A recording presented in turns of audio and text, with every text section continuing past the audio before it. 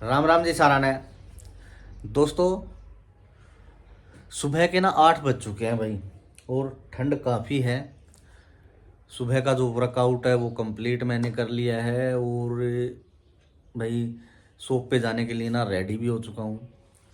नहा धो करके रेडी हूँ, गर्म कपड़े पहनने बाकी हैं।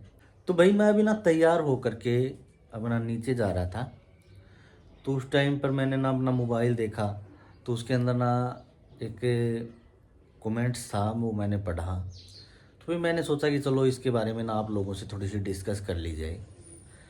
देखिए, आज के टाइम में ना अगर आपको किसी तरह की कोई प्रॉब्लम हो जाती है, चाहे आपको किडनी से रिलेटेड कोई प्रॉब्लम हो, हार्ट से रिलेटेड कोई प्रॉब्लम हो, किसी भी तरह की। लेकिन अगर मैं बात करूं तो जैसे भाई मेरे पास तो जैसे ज़्यादातर किडनी के पेशेंटों के ही कमेंट्स आते हैं। तो भाई एक भाई का ना कमेंट्स था कि भाई अगर जब मेरी किडनी ख़राब हुई, तो कि भाई जब मेरी किडनी ख़राब हुई तो कभी मेरे मन में ये आया कि भाई मेरे को ना कोई ओपरी पर आई, या फिर कोई किसी ने कुछ करा दिया हो, या फिर कभी मैंने ऐसे बाबाओं के पास जाकर भी अपना ट्रीटमेंट के बारे में ट्रीटमेंट मेरा करवाया हो। तो भाई मैं आप लोगों को बता देता हूँ, देखिए ऐसा कुछ भी नहीं होता है। ये सिर्फ एक पाखंड होता है, और हमारे समाज के अंदर ना ये पाखंड बहुत ज़्यादा है भाई। देखिए, जब मेरी किडनी ख़राब हुई थी ना, तो स्टार्टिंग के अंदर तो जैसे भाई मैं एलोपैथिक मेडिसिन मेरी चल रही थी। उसके बाद में जैसे भाई क्रेटिनाइन अप हुआ, तो उसके बाद में हमने एलोपैथिक मेडिसिन को छोड़ करके आयुर्वेद में मैं चला गया। कुछ टाइम आयुर्वेद में मैंने अपना ट्रीटमेंट करवाया। उसके बाद में जो इलेक्ट्रोमोपैथी है, इनके अंदर भी गया मैं। एक्यूपेंचर है, उसके अंदर भी गया मैं। तो मैं ना कई जगहों से मैंने ट्रीटमेंट लिया है। और अक्सर क्या होता था कि भाई ये जो आप भाई का जो सवाल है ना, ये सही भी है। जब भी मैं मेडिसिन लेता, तो ये 15-20 दिन 1 महीने तक तो मेडिसिन बहुत अच्छे से काम करती है, और एक बार मेरा क्रेटिनाइन डाउन भी आता। जब डाउन आता तो हौसला होता कि भाई बहुत अच्छा ट्रीटमेंट है। लेकिन जैसे ही भाई महीना कंप्लीट हुआ, दूसरा महीना लगा, उसके बाद ने मेडिसिन ने काम करना बंद कर दिया, और फिर वही से क्रेटिनाइन के अंदर फ्लैक्चुएट होना। तो जब ये होता ना, तो फिर दिमाग ना ख़राब हो जाता कि भाई पता नहीं मेरे साथ ये ऐसा क्यों हो रहा है। फिर किसी दूसरे डॉक्टर के पास जाते, ऐड देखते, टीवी के अंदर देखते, यूट्यूब के माध्यम से, या फिर कोई और किसी भाई के संपर्क से मैं ना किसी दूसरे डॉक्टर से संपर्क करता। तो भी ऐसे ना मैं बहुत जगह पर गया हूँ, बहुत से आयुर्वेदिक डॉक्टरों से मिला हूँ, एलोपैथिक से मिला हूँ, इलेक्ट्रो होम्योपैथिक से मिला हूँ। तो भाई बहुत से मतलब डॉक्टरों से मैं मिल करके मेरा ना ट्रीटमेंट मैंने करवाया है, लेकिन समाधान किसी के पास भी नहीं है।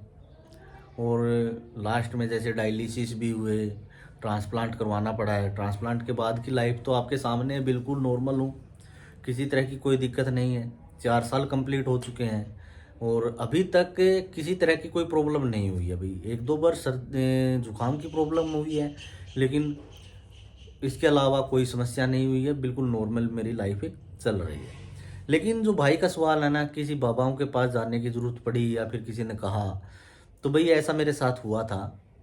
जब मैं आयुर्वेद के अंदर मेरा ट्रीटमेंट करवा रहा था, तो उस टाइम पर किसी ने कहा, जैसे मेरा कुछ टाइम तो ट्रीटमेंट ठीक चला, क्रेटिनाइन भी डाउन आया।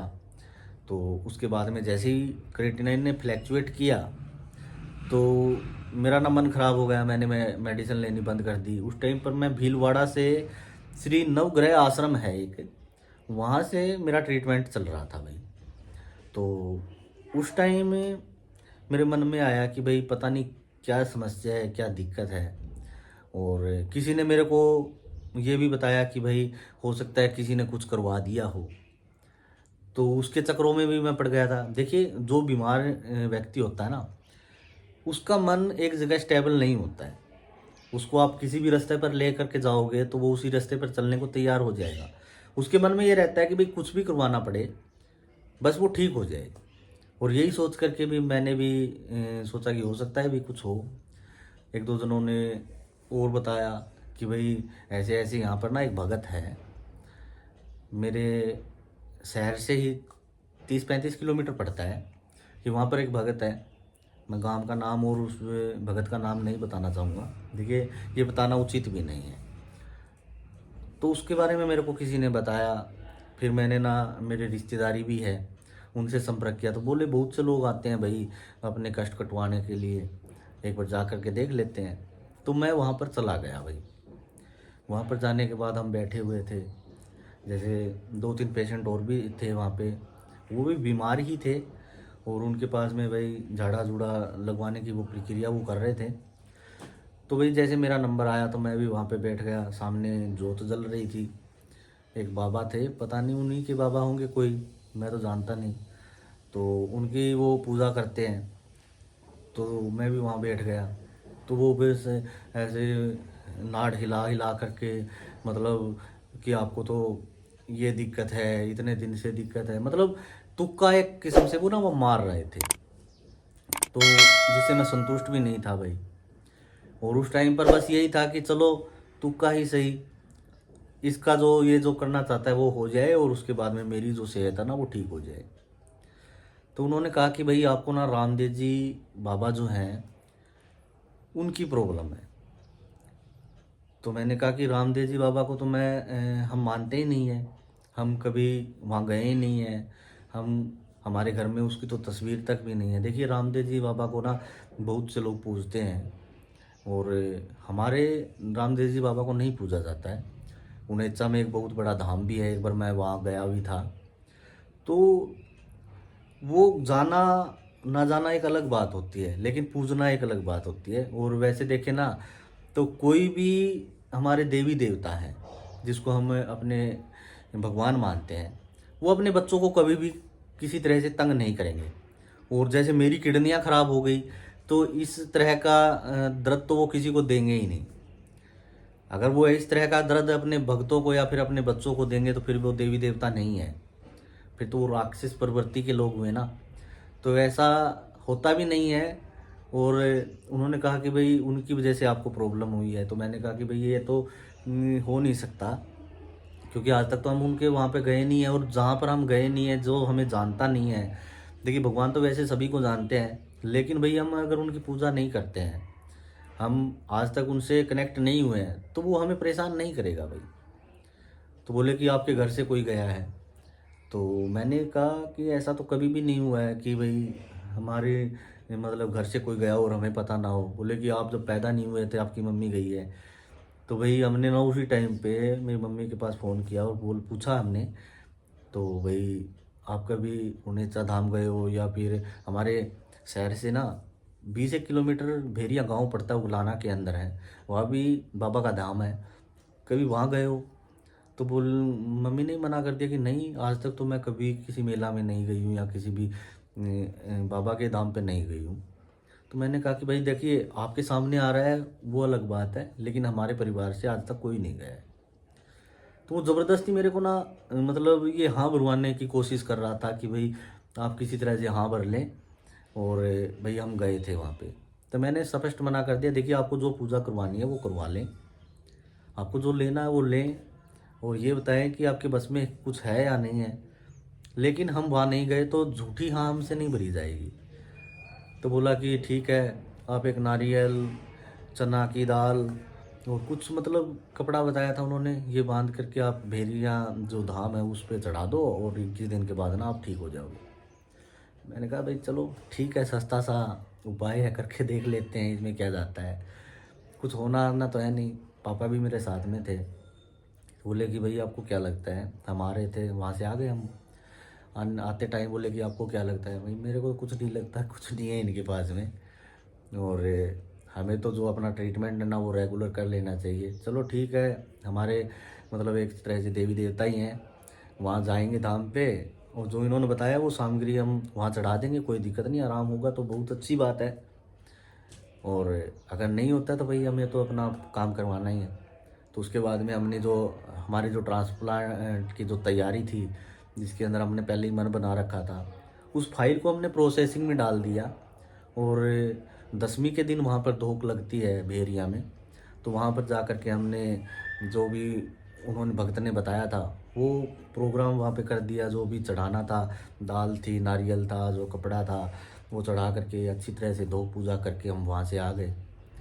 तो भी ऐसा कुछ नहीं हुआ, ना ही तो कोई रिपोर्ट के अंदर फ़ायदा हुआ, 21 दिन भी बीत गए, ना ही किसी तरह की कोई और मतलब मेरी जो समस्या थी उसके अंदर कोई फ़र्क मेरे को महसूस हुआ, भाई मेरे को कुछ अच्छा लगा हो।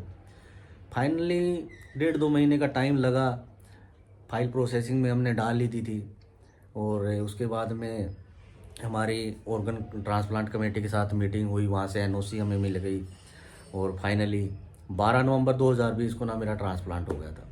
तो दोस्तों, ये जो पाखंड करने वाले लोग हैं ना, ये एक तरह से तुक्का मारते हैं भाई, इनके सामने कुछ नहीं आता है। आज के टाइम तो हमारे आसपास बहुत से भगत हैं, बहुत से बाबा हैं, बहुत सी माताएं बनी हुई बैठी हैं जो डेली पाखंड करती है और अपना घर बनाने का काम करती है भाई।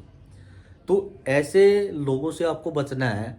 अगर आपको आपके डॉक्टर ने आपको बोल दिया है कि भाई आपको ये समस्या चल रही है, आपकी रिपोर्ट के अंदर भी आप आ गए हैं, वैसे तो आज के टाइम में सब लोग पढ़े लिखे हैं, रिपोर्ट को भी अच्छे से स्टडी कर सकते हैं। अगर पढ़ना नहीं आता है तो गूगल से भी आप पढ़वा सकते हैं, या फिर आपके आसपास आज के टाइम तो बहुत से लोग हैं जो अच्छा पढ़े हुए हैं। आज के टाइम तो हर इंसान अच्छे से पढ़ सकता है, समझ सकता है। तो अपनी रिपोर्ट को अच्छे से स्टडी करवाएं और उसके अंदर देखें कि भी क्या कुछ है, किस तरह की बीमारी है।